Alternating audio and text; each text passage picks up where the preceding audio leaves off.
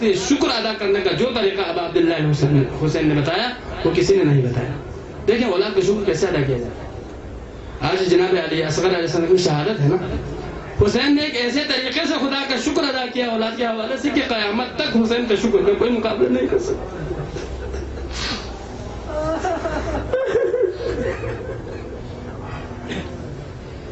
ہمارے جان قربان جب ایک دفعہ خیمہ گاہ میں آواز آئی حل من ناصر ینصرنا وحل من مغیث یغیثنا، ہے کوئی ہماری مدد کرنے والا، ہے کوئی ہم مسافروں کو پناہ دینے والا.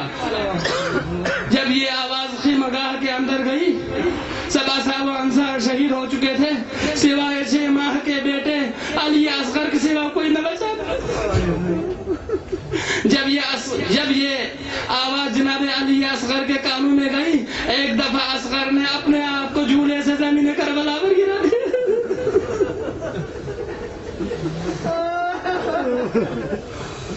اہل حرم کے رونے کی آوازیں اس حد تک بلند ہوئی، حسین سمجھے کہ شاید خیمے میں کسی سیدانی کی وفات ہو گئی. خیمہ گاہ کے اندر تشریف لائے، فرمایا بہن زینب ابھی حسین کے اندر جان موجود ہے، حسین اس دنیا سے گیا نہیں. رونے کی آوازیں خیمہ گاہ سے باہر کیوں آ رہی؟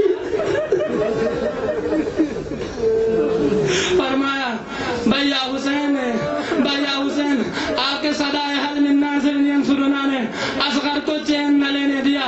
اصغر نے اپنے آپ کو زمین کربلا پر گرا دیا.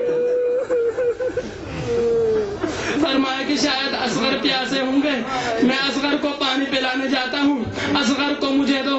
جناب رباب سے اصغر کو اپنے ہاتھوں میں لیا، اصغر کے چہرے مبارک پر آبا ڈالی تاکہ کربلا کی گرم دھوپ اصغر کے چہرے کو نہ جھلسائے.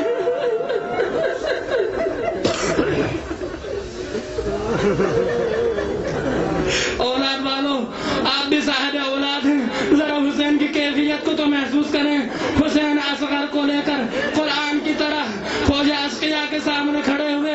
فوج اشقیاء نے سوچا کہ شاید حسین قرآن کو لے کر آئے. ولا حول ولا قوت الا باللہ. ایک دفعہ حسین ابن علی نے ابا کے دامن کو ہٹایا، اصغر کو دکھایا، فرمایا اے فوج اشقیاء شاید تمہاری دشمنی مجھ سے ہوگی مگر اس 6 ماہ کے چھوٹے بچے سے، معصوم بچے سے کسی کی دشمنی نہیں ہوگی. اس بچے کو پانی پلا دو. اگر تمہیں اس بات کا خوف ہے کہ میں اس بچے کے بہانے خود پانی پی لوں گا، میں بچے کو زمین کربلا پر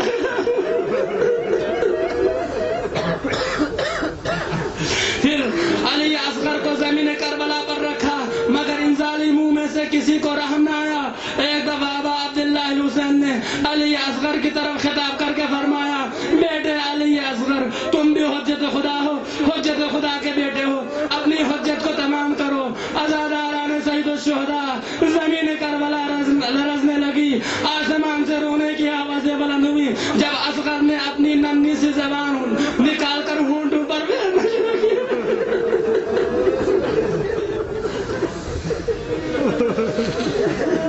فوج اشقیاء سے یہ اصغر کی وہ مظلومیت ہے، فوج اشقیاء سے بھی رونے کی آوازیں بلند ہوئی. فوج اشقیاء سے بھی لوگ رونے لگے. عمر صاحب نے جب اس منظر کو دیکھا ہرملا کے پاس آ کر کہا اقطع کلام الحسین، حسین کی اس حجت کو ختم کر دو. ہرملا ملعون کہتا ہے کہ میں تیر لے کر اصغر کے سامنے کھڑا ہوا لیکن 3 دفعہ اس ملعون نے جناب علی اصغر کو نشانہ بنانا چاہا مگر 3 دفعہ تیر کمان کے ساتھ کربلا کی زمین پر گرا. عمر صاحب نے کہا آخر تمہیں کیا ہو گیا ہے؟ تم تو ایک بہترین نشانے باز ہو، تمہارا تیر کیوں بار بار زمین کربلا پر گر رہا ہے؟ کہا اے ملعون جب بھی میں اصغر کی طرف اشارہ کرتا ہوں خیمہ گاہ سے ایک بیوی کہتی ہے ہائے میرے اصغر.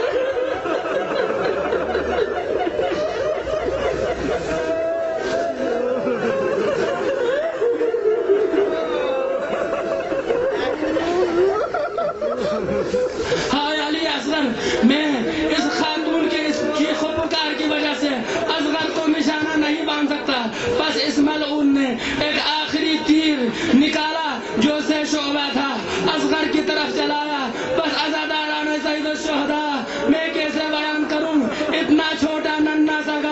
اور اتنا بڑا تیر علی اصغر کے حلقوں میں مطہر پر لگا. ابا عبداللہ حسین نے فرمایا انا للہ و انا الیہ راجعون رضا بقضائہ و تسلیما لامرہ. اصغر کے خون کے چلوں میں بھر کر آسمان کی طرف پھینکنا چاہا. آسمان سے آواز آئی واللہ حسین یہ معصوم خون یہ مظلوم خون آسمان برداشت نہیں کر سکتا. زمین کی طرف اشارہ کیا, زمین کربلا لرزنے لگی. آواز آئی حسین اس خون کو زمین کربلا میں مت گرائیے کہ زمین کربلا کے اندر اتنی قوت نہیں ہے کہ اس مظلوم خون کو سنبھال سکے, اس مظلوم خون کا ذمہ دار بن سکے. بس عزاداران سید الشہداء آخری جملہ حسین نے کیا اصغر کے خون کو اپنے ریش مطہر کا خضاب بنایا. فرمایا واللہ اپنے جد محمد مصطفیٰ سے اسی طرح ملاقات کروں گا. خیمہ گاہ کی طرف اصغر کے لاش کو لے کر چلے. حمید بن مسلم کہتا ہے 7 دفعہ حسین خیمہ گاہ کی طرف ہمارا سلام اس معصوم سے مجاہد پر. 7 دفعہ حسین خیمہ گاہ کی طرف چلے, 7 دفعہ خیمہ گاہ سے واپس آئے. شاید حسین نے سوچا کہ اس چھوٹے سے بچے کی لاش کو لے جاؤں گا تو رباب کیا سوچے گی کہ اتنا چھوٹا سا بچہ بھی ذبح کیا جائے گا. عزاداران سید الشہداء حسین خالی ہاتھ جب خیمہ گاہ میں پہنچے, رباب نے پوچھا مولا و آقا کیا اصغر کو پانی پلایا؟ فرمایا ہاں رباب, اصغر جد محمد مصطفیٰ کے پاس